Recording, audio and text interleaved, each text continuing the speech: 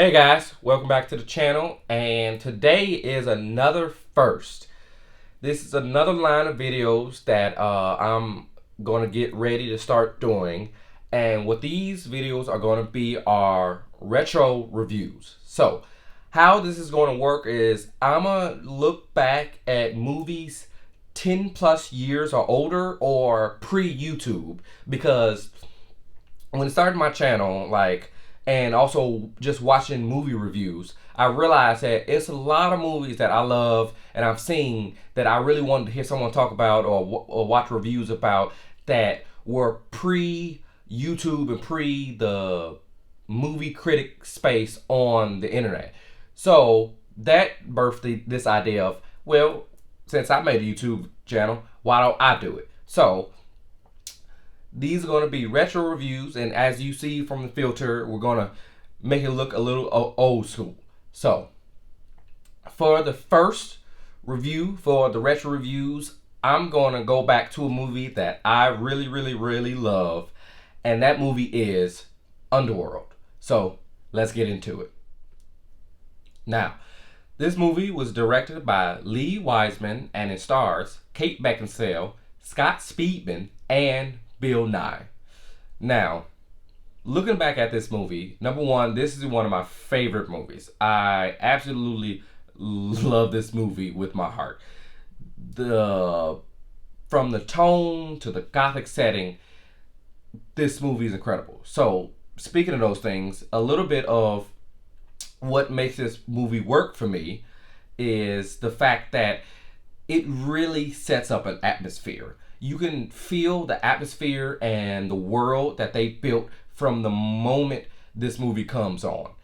Like, you can feel the gothic tones, you can feel the dark tones, the gritty tones, and it all just really works. The aesthetic with all the leather and the raining and the night, it's a really cool looking movie. So that's one thing that I really do appreciate about this movie. And also notice that not a lot of movies are made with this type of aesthetic anymore. You don't really see the gothic undertones of this movie like you saw it all the time in the 90s and the 2000s compared to today.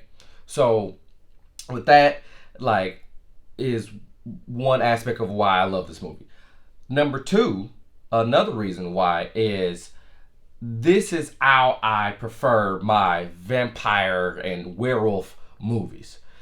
In my Robert Pattinson video, you heard that I didn't really dig the Twilight series very much, as if that is an understatement of anything.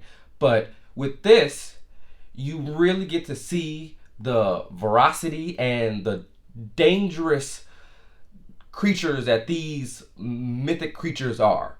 Vampires get to be the killing machines and blood-sucking machines that they are, and werewolves get to be the monsters and creatures of the night that they are.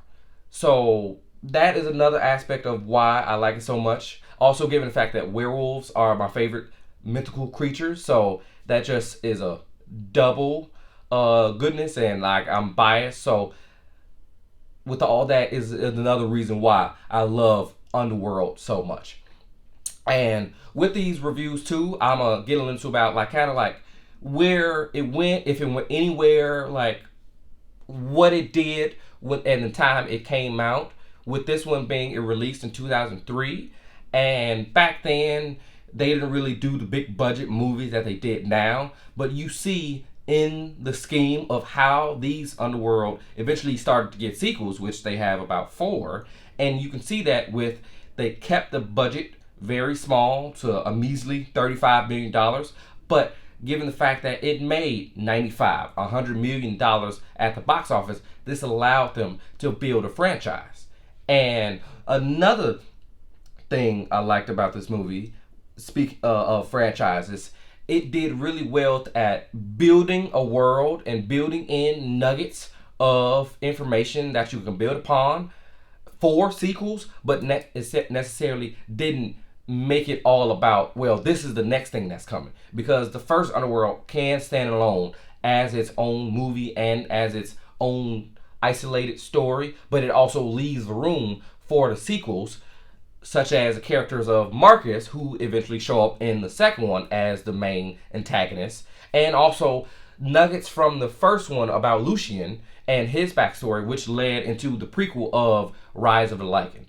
So I really did like how, even with the world building and the setting, a la to like recent movies like John Wick, which also do a good job of like setting up a world and setting up sequel things, but also keeping it isolated in each movie. Underworld does a really good job of it, and I think it was one of the first franchises, not the first, but one of the very first to really do a good job of this. So that pretty much wraps up my retro review for Underworld. And as I said before, comment below. Let me know if you've seen Underworld. Do you remember this movie? Do you remember this franchise? And do you like it? Do you agree? Do you not? Do you miss the gothic toned movies like this one and many others? Whatever it is, comment below. And please like and subscribe. And like always, I'll see you next time.